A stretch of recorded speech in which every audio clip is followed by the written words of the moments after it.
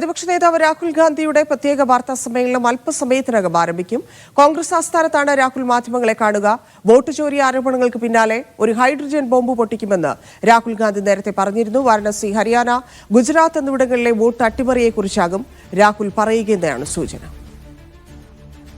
ധനസുബോധ് ചേരുന്നു. ധനസുബോധ്, രാജ്യം കാത്തിരിക്കുന്ന വാർത്താ സമ്മേളനമാണ് നടക്കാനിരിക്കുന്നത്. ഇനി മിനിറ്റുകൾ മാത്രമാണ് ബാക്കിയുള്ളത്. വലിയ ഹൈഡ്രജൻ ബോംബ് പൊട്ടിക്കും എന്ന് നേരത്തെ പറഞ്ഞിരുന്നതാണ്. അത് വാരണാസിയിലേക്കാണ്, അല്ലെങ്കിൽ വാരണാസിയെക്കുറിച്ചാണ് എന്നൊക്കെയുള്ള സൂചനകൾ പുറത്തു വരുന്നുണ്ട്. മറ്റെന്തൊക്കെ വിവരങ്ങളാണ് ഇപ്പോൾ ലഭ്യമാകുന്നത്?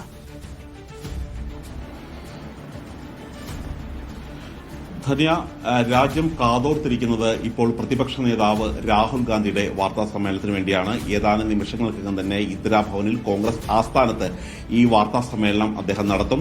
നേരത്തെ അദ്ദേഹം നടത്തിക്കൊണ്ടിരുന്ന ബീഹാർ യാത്രയുടെ ഒരു സമാപന വേദിയിലാണ് ഇനിയും ബോംബ് പൊട്ടാനുണ്ട് എന്നുള്ള ഒരു സൂചന തന്നെ അദ്ദേഹം നൽകിയത്. മാത്രമല്ല, ഇന്നലെ ഈ തരത്തിലുള്ള ഒരു ഹൈഡ്രജൻ ബോംബ് പൊട്ടിക്കും എന്നായിരുന്നു കോൺഗ്രസ് സൈബർ ഇടങ്ങൾ ചൂണ്ടിക്കാണിച്ചിരുന്നത്.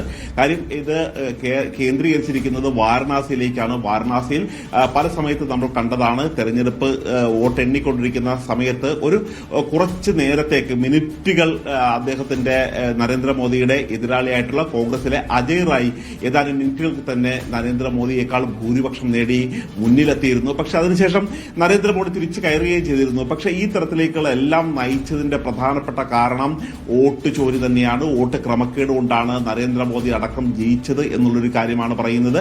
പക്ഷെ ഇപ്പോൾ കോൺഗ്രസിന്റെ നേതൃത്വം പറയുന്നത് ഹൈഡ്രജൻ ബോംബ് ഇന്നല്ല പൊട്ടിക്കുന്നത്.